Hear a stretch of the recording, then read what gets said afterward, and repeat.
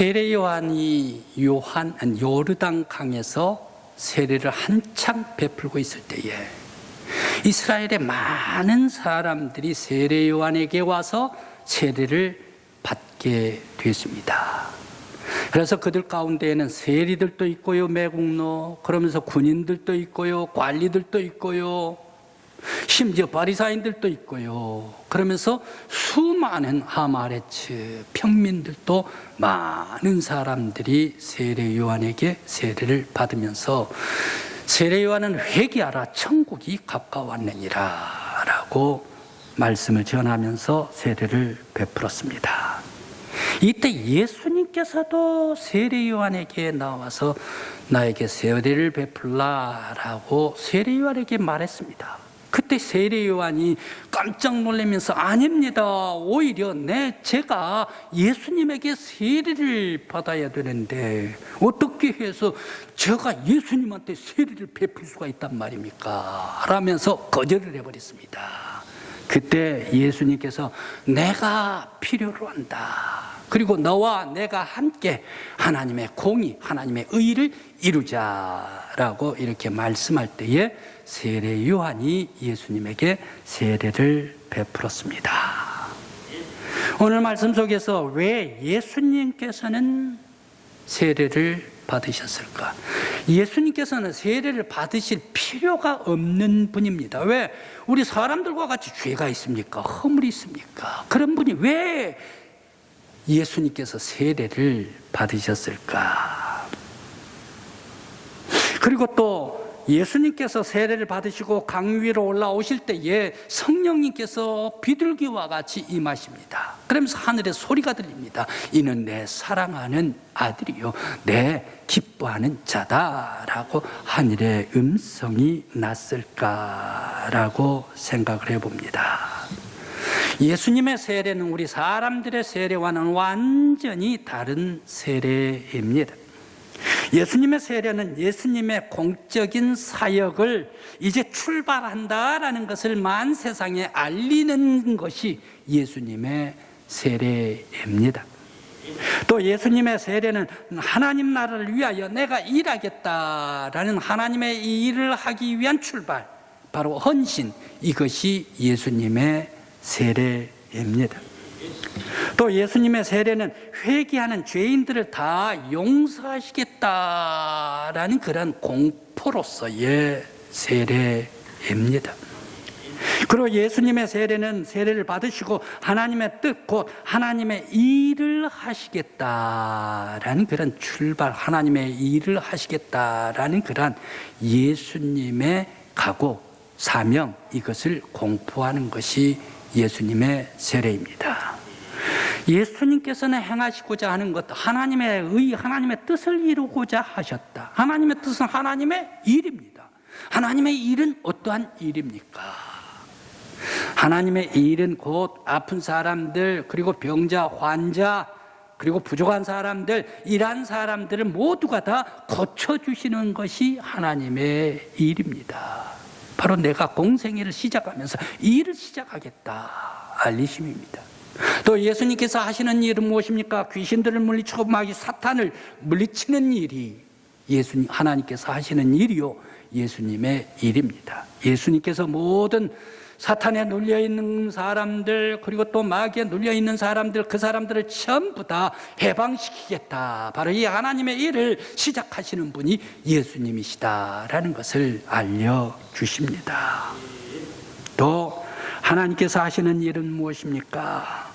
곧 희생하심으로 말미암아 모든 죄인들을 다 구원하시겠다.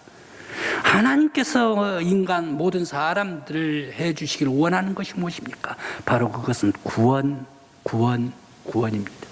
모든 죄인들 다 죄를 씻어주시고 구원시켜 주시겠다. 바로 이 일을 시작하기 위해서 예수님께서 세례를 받으시고 만방에 공포하셨습니다.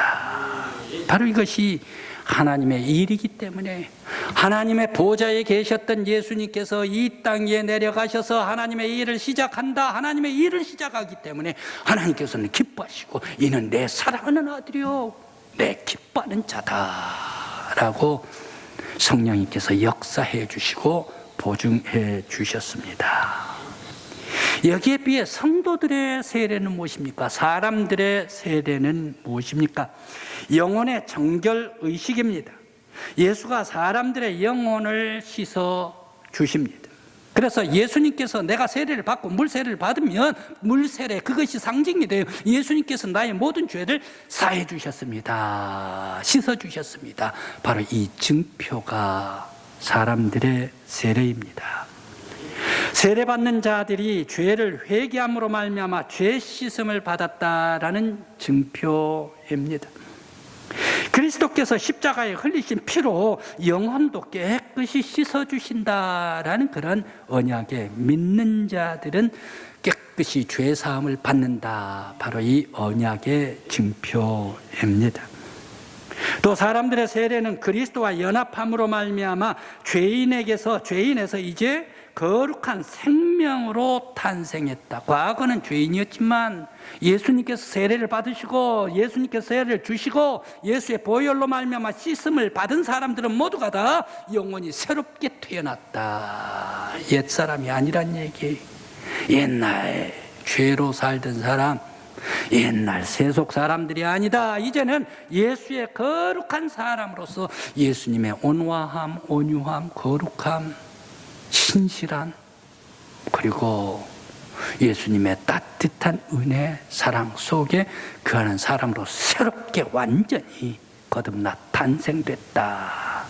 바로 이 사람들의 받은 세례, 예수님께서 주신 물세례, 성령세례, 이 세례 속에는 옛사람이 다 죽어버리고 새 사람으로서 탄생됐다. 바로 이것의 증표입니다.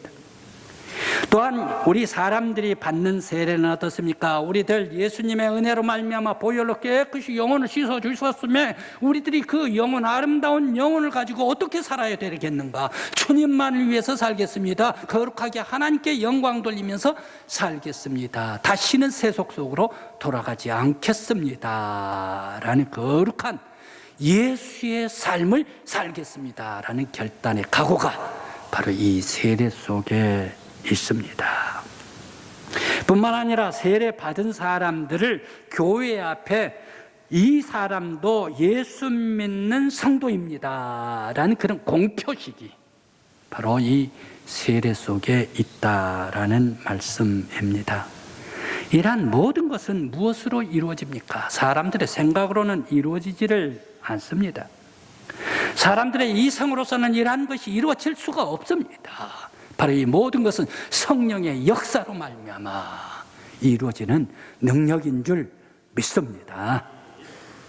오늘 우리 영혼이 예수님에게 씻음받고 그리스도와 연합되었다라는 그런 그리스도의 연합. 세례받은 모든 사람들은 예수의 사람입니다. 예수와 연합된 사람들입니다. 바로 그 말씀이 성경 말씀에 있습니다. 요한복음 13장 13절 말씀, 요한복음 13장 4절에서 9절까지의 말씀입니다. 그 말씀에 예수님께서 해 받으시기 바로 하루 전날 밤에 최후의 만찬을 벌입니다. 최후 만찬을 다 드시고 난 후에 예수님께서 허리에 수건을 두르시고 제자들을 발을 씻기십니다. 그러면서 발을 씻고 닦아주십니다. 그래 한 사람 한 사람 제자들에게 다 발을 씻어주셨습니다. 베드로의 차례가 됐습니다. 베드로의 차례가 됐는데 베드로에게 오니까 예수님 절대 나 발 씻을 수가 없습니다 라고 거절을 합니다. 그때에 예수님께서 지금은 너가 알지를 못하지만 다음에는 너가 알게 될 것이다 라고 얘기를 합니다. 그때 베드로는 더 강력하게 예수님께서 어떻게 내 발을 씻을 수가 있겠습니까? 저는 황공무지입니다. 그러므로 절대 내 발을 씻을 수가, 맡길 수도 없고 씻을 수도 없습니다 라고 또 거절을 하네요. 그때 예수님께서 한 말씀을 하십니다. 의미 있는 말씀을 하십니다. 그렇다면 너와 내가 상관이 없을 것이다 라고 베드로에게 얘기를 합니다. 그때 베드로 깜짝 놀라가지고 예수님 그렇다면 예수님과 나와의 관계에 주님께서 나와의 관계해 주신다면 나는 이 발뿐만 아니라 손도 씻어주고 머리도 씻어주시고 온몸도 맡길 그런 태세였습니다. 그때 예수님께서 뭐라고 얘기를 합니까? 바로 나는 목욕을 했기 때문에 깨끗하다라고 말씀을 하시면서 발만 씻어 주셨습니다. 바로 여기에 유명한 왜 예수님께서 이 씻어 주심의 이 증표의 의미가 있습니다. 예수님께서는 발을 씻으시겠다, 손을 씻겠다, 머리를 씻겠다, 아니면 온몸을 씻겠다, 이게가 아닙니다. 바로 이 발을 씻어주심의 이 상징적인 증표, 예수님의 행동, 그 행동으로 말미암아 네 영혼을 씻어주겠다, 너의 죄를 깨끗이 씻어주시겠다, 바로 이 언약의 증표인 줄 믿습니다. 그래서 바로 예수께서 터치해 주시는 것, 예수께서 씻어 주시는 것, 이것이 중요합니다. 예수께서 영혼을 씻는 것, 죄를 씻는 것, 허물을 씻는 것입니다. 영혼의 죄를 맑게 씻어 그의 영혼을 구원시켜 주시겠다. 주님의 사람으로 인정해 주겠다. 너를 주님의 사람 되게 해줄 뿐만 아니라 너는 사명자가 돼야 되겠다. 이 땅 위에 그리스도를 전하는 사명자로 살라. 바로 이것을 말씀해 주셨습니다. 예수님께서 베드로 발을 씻으시고 베드로는 어떻게 살았습니까? 수제자가 되었습니다. 수제자로 삼아주시고 하나님 나라를 증거하는 위대한 사도가 되었습니다. 올 우리 세례 받을 때에 우리 성도 여러분, 여러분들 이미 세례 받은 줄 믿습니다. 이미 성령님께서 여러분들의 영혼에 찾아와 주시고 여러분들의 영혼을 예수의 보혈의 은혜로서 깨끗이 씻어 주신 줄 믿습니다. 이제 계속해서 우리 세례 받은 성도들은 어떻게 살아야 됩니까? 회개하면서 살아야 합니다. 회개하라, 천국이 가까웠느니라. 바로 이 세례는 무엇입니까? 바로 이 회개가 세례의 출발이라는 얘기입니다. 용서가 세례의 마지막이란 말씀입니다. 그렇게 되기 때문에 우리들은 세례받은 성도들은 계속해서 용서받아가지고 거룩한 하나님의 사람으로 주와 동행하기 위해서 우리들은 어떻게 살아야 됩니까? 회개하면서 살아야 할 줄 믿습니다. 우리 주님 앞에 회개하면서 주님 앞에 나아갈 때에 주님께서 여러분들의 모든 죄를 용서해 주실 뿐만 아니라 베드로와 같이 위대한 사람으로 사용해 주시는 하나님의 질그릇들 되시길 간절히 기원합니다.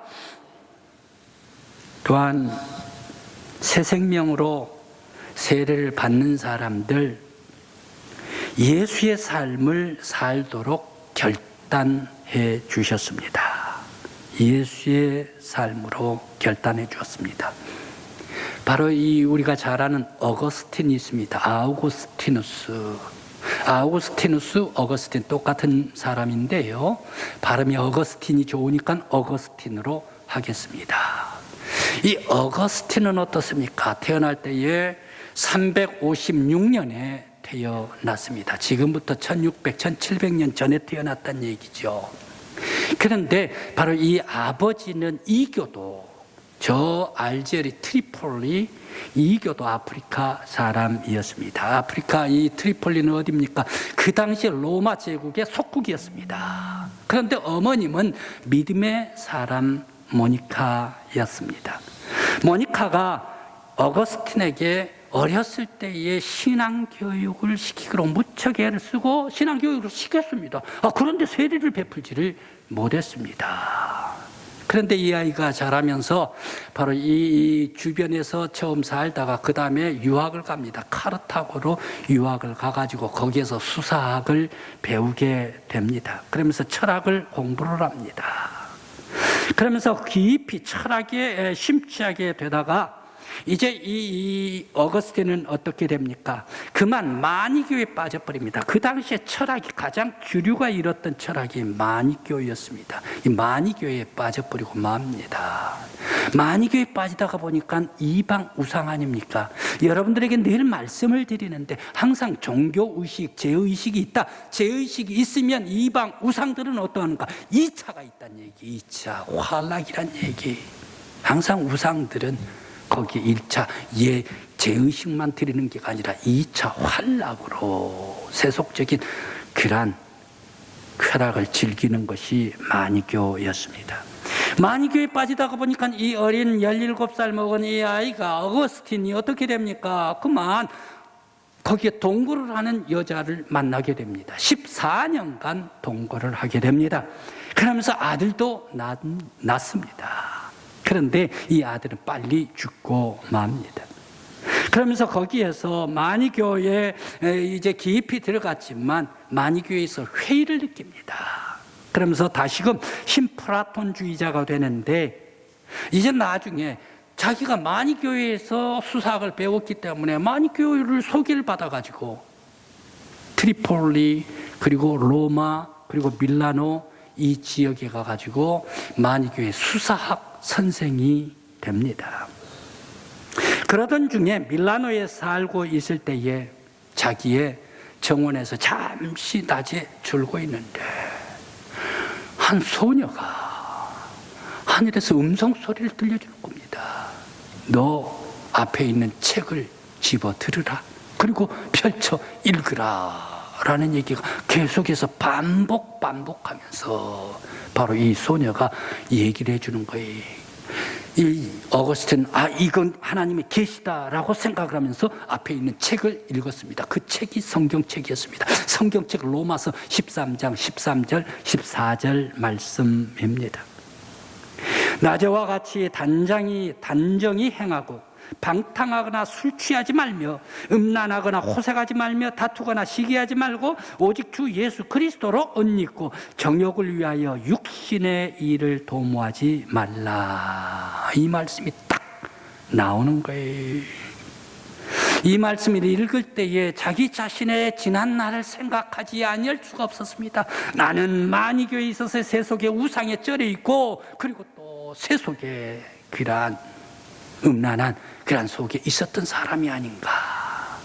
바로 이 주님께서 주신 말씀이다 생각을 하고 곧바로 밀라노의 교회를 찾아갔습니다.